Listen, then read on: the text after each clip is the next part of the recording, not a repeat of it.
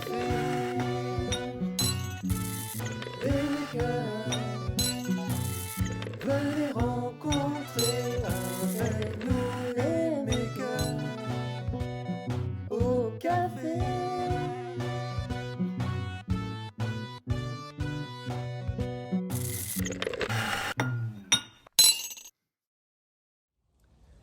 Bonjour et bienvenue sur le deuxième épisode du Café des Makers.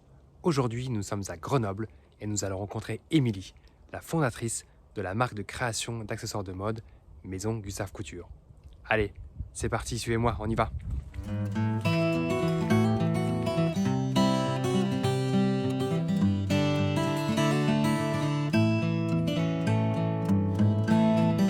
Bienvenue dans mon atelier, Maison Gustave Couture. Alors mon café, je le prends sans sucre et sans lait, noir. Donc je suis Émilie, j'ai créé la micro-entreprise Maison Gustave Couture en 2019. Je fabrique des sacs et des pochettes en tissu depuis mon domicile, à côté de Grenoble. Donc c'est des sacs et pochettes colorées. Hop.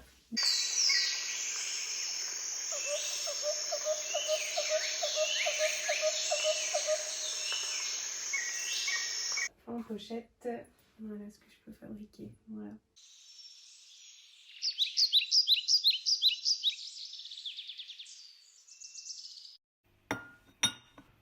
J'ai fait des études de beaux-arts. J'ai aussi travaillé pendant 3 ans dans un magasin de loisirs créatifs et beaux-arts où j'étais vendeuse.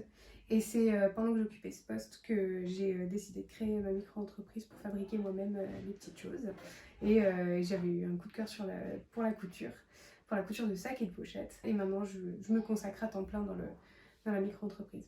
Au début, c'était vraiment parce que je trouve c'était vraiment pour le fun, pour avoir une petite occupation de création à côté. Et ce qui m'a surtout plu, c'était l'idée de créer un objet qui va être utile derrière, qui va être utilisé donc en sac et en pochette pour les trimballer partout et voilà, pour pouvoir les utiliser.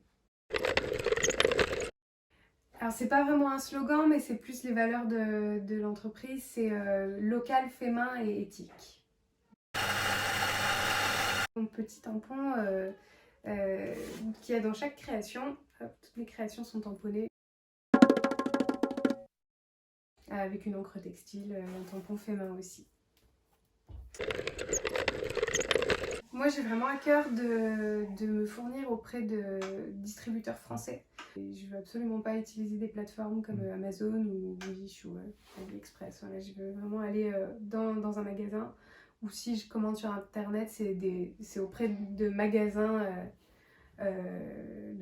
français. Je veux pas que mes tissus ils aient fait le tour du monde. Je veux qu'ils soient surtout fabriqués dans des conditions éthiques. Oui, c'est vrai qu'il y a des grosses industries françaises et c'est dommage d'aller piocher ailleurs dans des tissus de moins de bonne qualité. Alors j'utilise un peu de upcycling tant que je peux. Je peux pas faire du 100%. Parce que j'arrive pas à trouver des tissus colorés ou des choses qui peuvent être plus modernes. Mais dès que j'ai des chutes de tissus ou si je trouve dans un magasin de deuxième main, j'aime bien acheter des tissus d'occasion. J'aimerais bien travailler en partenariat avec une amie illustratrice. J'aimerais qu'elle me fasse un design et que je puisse aller l'imprimer sur du tissu. Comme ça, on aurait un partenariat sur un produit unique. Rester positive dans des temps en plus incertains et quand on crée une entreprise, c'est toujours un peu le saut dans le vide. Donc voilà, rester positif, même si je vois pas forcément toujours les fruits du travail. Mais voilà, je sais que ça va venir un jour. Mon atelier est situé dans mon bureau, dans un espace coworking chez moi, avec mon mari. Donc lui il travaille de son côté, moi du mien, on s'est répartis nos espaces. Voilà, donc à la maison.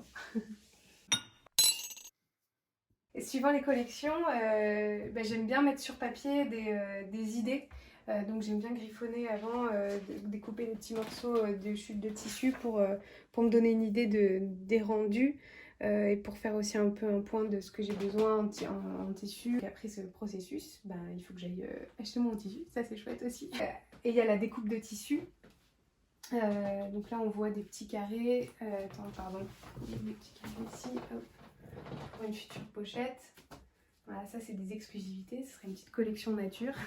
Donc ça c'est le début, c'est mes morceaux de tissu assemblés. Et à ça je vais joindre un zip. Le tout, il me faut encore mes doublures, je les ai pas encore coupées. Mais voilà, en gros ça ressemble à ça. Voilà. Et dans la doublure, je viens toujours mettre un petit coup de tamponnage à l'encre textile. Hop. Voilà, donc ça c'est une pochette finie. Et dedans, avant de coudre, je vais mettre la peinture et mon logo. La grande majorité, même plus des 3/4, c'est des héritages. C'est du recyclage, c'est des bobines de fil qui ont été achetées il y a longtemps et qu'on m'a redonné. C'est des personnes qui faisaient plus de couture, qui savaient que je m'y mettais. Et j'ai eu pas mal de générosité de ce côté-là, donc j'ai très peu besoin d'acheter des fils, c'est exceptionnel.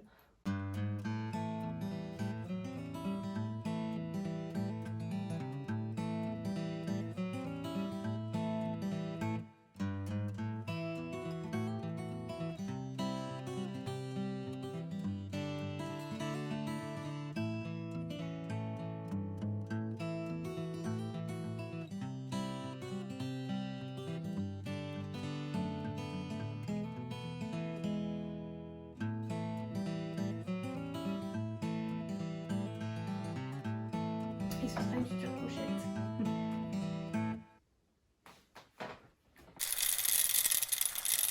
Et je serais curieuse de savoir ce que vous mettez dans vos sacs, tote bag ou vos pochettes. Voilà, si vous mettez des huiles essentielles, du maquillage, voilà, n'hésitez pas à nous dire. Et vive le fait main, c'est chouette d'acheter des choses qui sont faites à la main, avec amour, qui ont été réfléchies, qui font aussi du coup des pièces uniques ou des petites séries, c'est chouette.